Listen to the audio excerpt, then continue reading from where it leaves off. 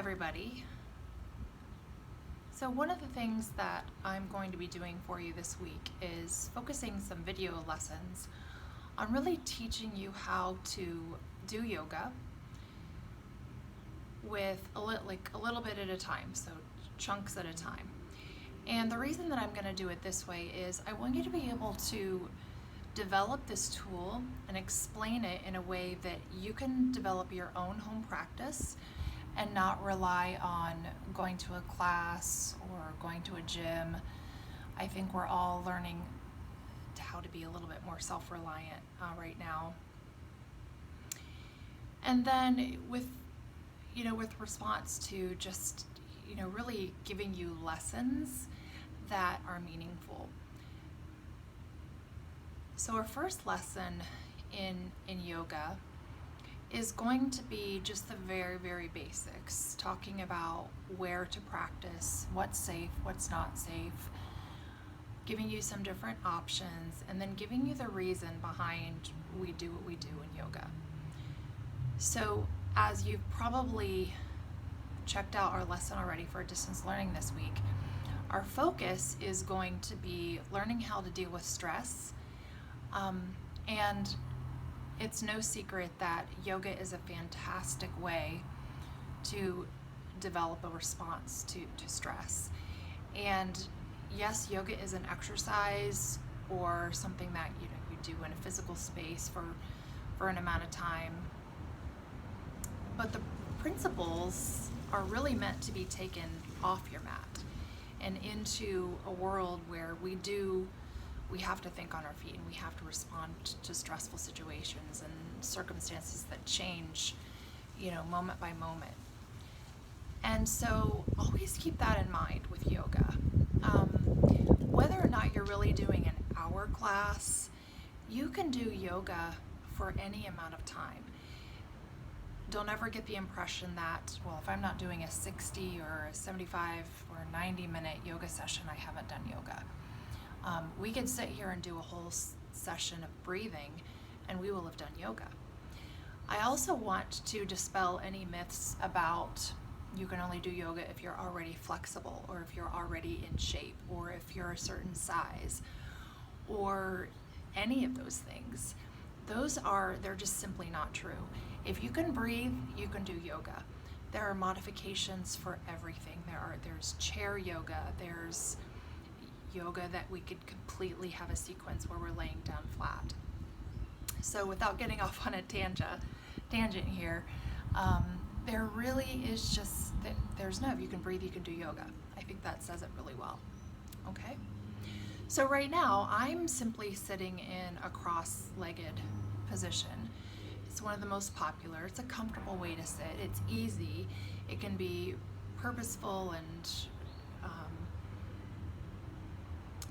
without being stiff and uncomfortable.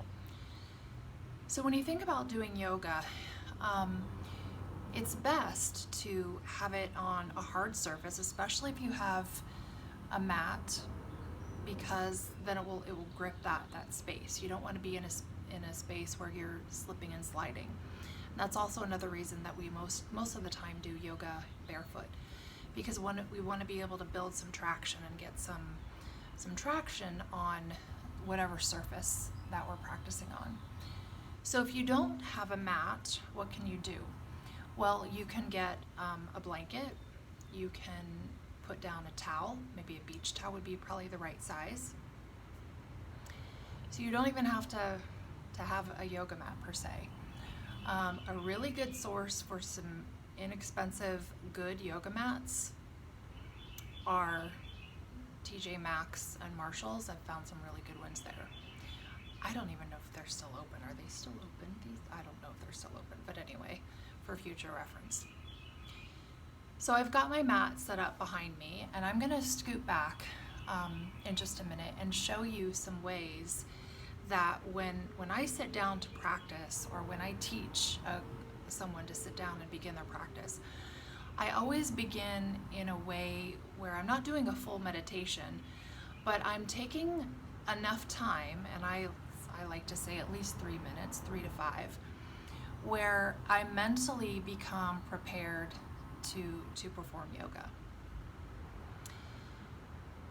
So I take that time. I like to call it a sacred space, and you can develop a sacred space anywhere. Right now, I'm choosing to do it outside because it's really nice. I might have some critters come visit me, like caterpillars or a cat or something. But you do want to be in a place where you can be peaceful and meditative, okay? So without distractions. So I start there and I develop that sacred space, and I usually sit in this cross-legged lotus pose, and I close my eyes and I begin to mentally bring my focus from outward, what's happening on the outside with relationships or whatever the case is. I bring that focus inward. Nothing is really rigid in my body, although I am sitting with a straight back and my eyes are closed. So everything's purposeful, if you will, but nothing tight, stiff, or rigid. And I sit here, and really the easiest thing to focus on is your breath. When we sit in quiet spaces like this, our reflex or our default is to kind of let our mind be controlled by all of these buzzy bee thoughts, right? Our mind buzzes here and it buzzes there. So focusing on that breath helps us to not necessarily shut those thoughts off, but to be able to have something else to focus on. And so here's a technique and a question I always get is, what happens if you find your thoughts being pulled away onto this monkey mind that people like to say? Well, a big part of yoga is being not judgmental. Well, that means to yourself too, right? Don't let yourself get in a habit of, oh, I lost track of my thoughts. Oh, I'm so bad. Oh, don't let yourself go down that hole. You simply pull your thoughts back. You focus on that breath. End of story. So let's just take some time to think, and let's talk about breath for a couple minutes. So in yoga, breath is foundational. The ideal is to match your breath to your movement. Now, that doesn't really happen in a perfect world, especially when you're really doing a fast-paced yoga practice. However, that breath is foundational, and when you lose that breath, we're going to learn how to come back to that. But in this sacred space, our breath can be a couple different things. It can be natural, or it can be a deeper breathing, what's called a 3-part yoga breath. And a 3-part yoga breath is simply using your lungs, your system, your breathing system, as a balloon. So we think about filling up the bottom of our balloon first, which is our diaphragm, right? So that tummy area. So that should expand, and then we visualize, and really what's happening is then that breath fills up our rib cage, right? Our lungs fill up. And then last, our chest area, our collarbone, will physically rise. And then all that happens in reverse when we exhale. So 2 options, natural breathing or the 3-part yoga breath. Okay. So let's just practice that just for a couple breaths. So 3-part yoga.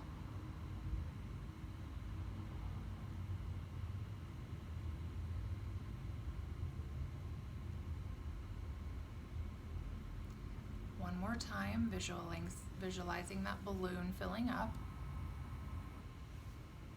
Then rib cage, then the top.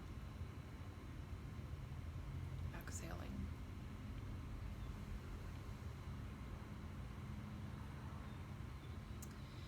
So once we have our breathing figured out and we develop that, we've kind of set our mind for our practice, Let me scoot back and I will share with you some ways to start warming up.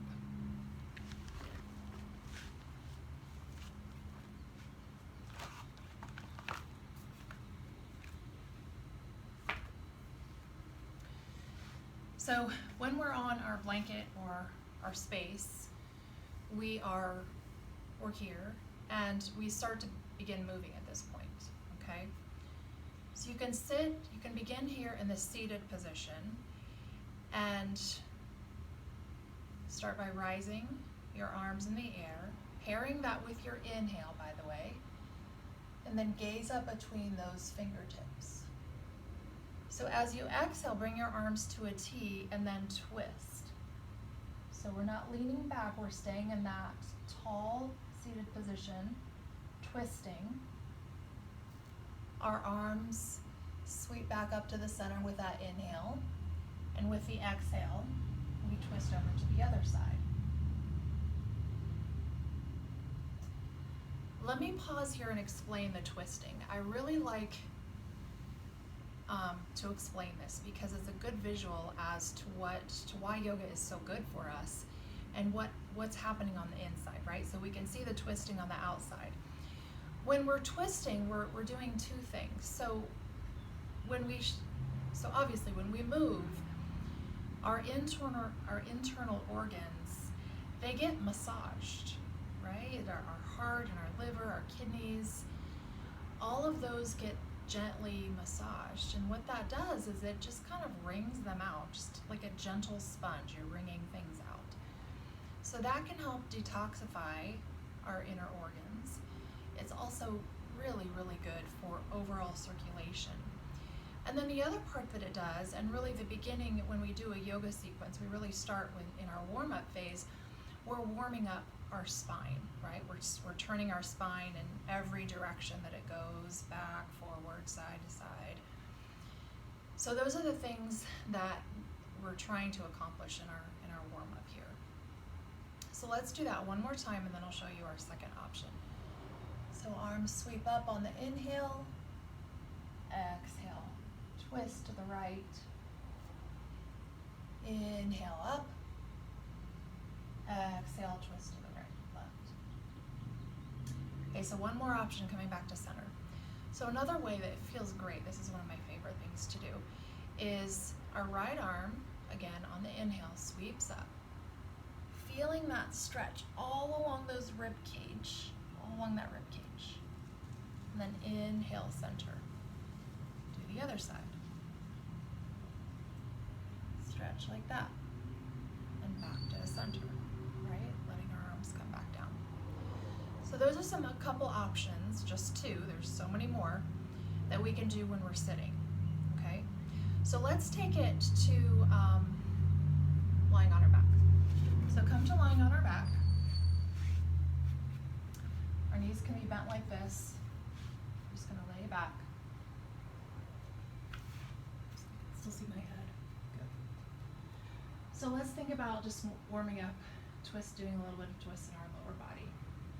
So we can let our knees fall open first. This is a really good hip opener.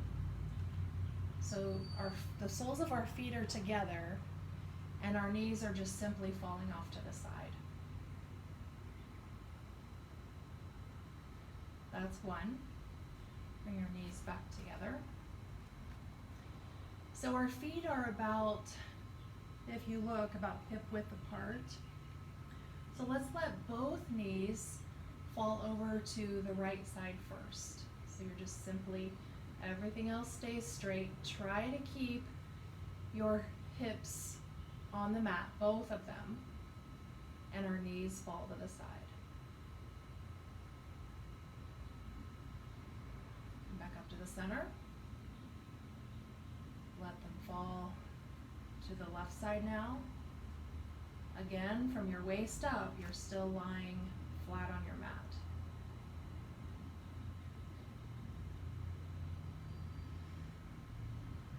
And then come back to center.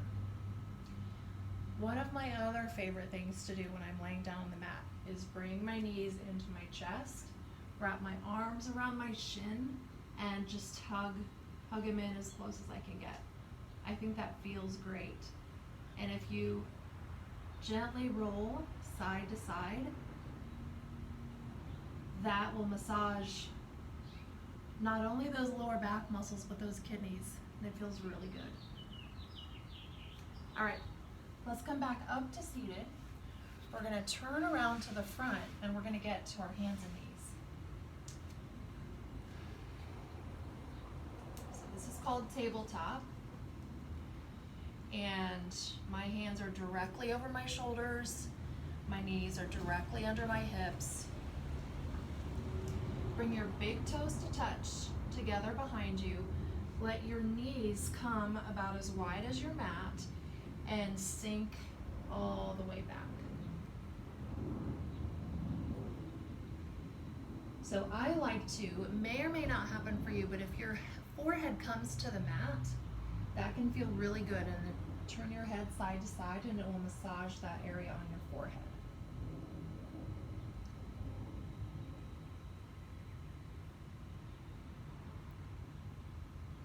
So this is called child's pose. I'm going to let you stay here and just tell you a little bit about child's pose. Child's pose is a great pose to get in if you ever lose your breath during your yoga practice, right?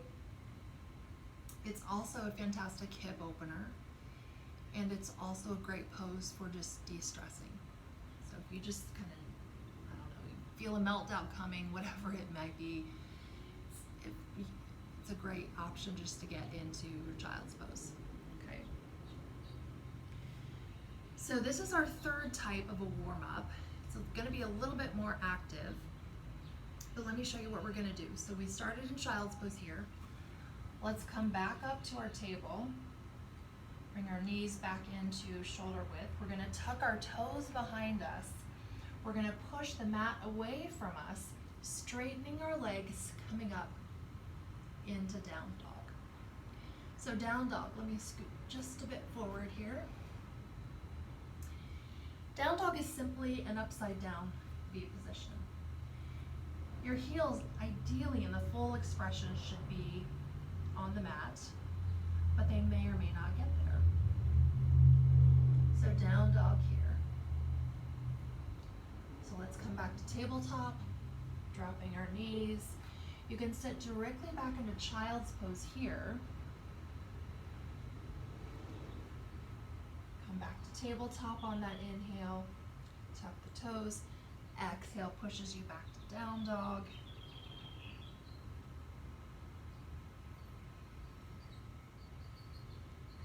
Tabletop,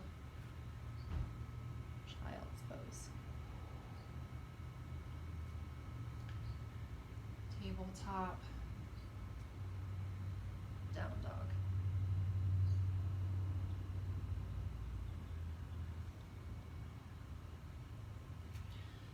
So, let me come back a little bit closer to the camera now. So what you've seen are how to set that sacred space.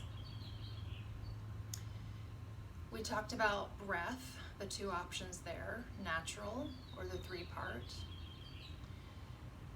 My next episode is going to be about creating the first part of a yoga practice. So a Surya Namaskara A, Sun Salutation A is what we call it. Your first assignment is going to be find a sacred space in your home, practice that breathing, and practice one of those three types of warm-ups. Stay tuned.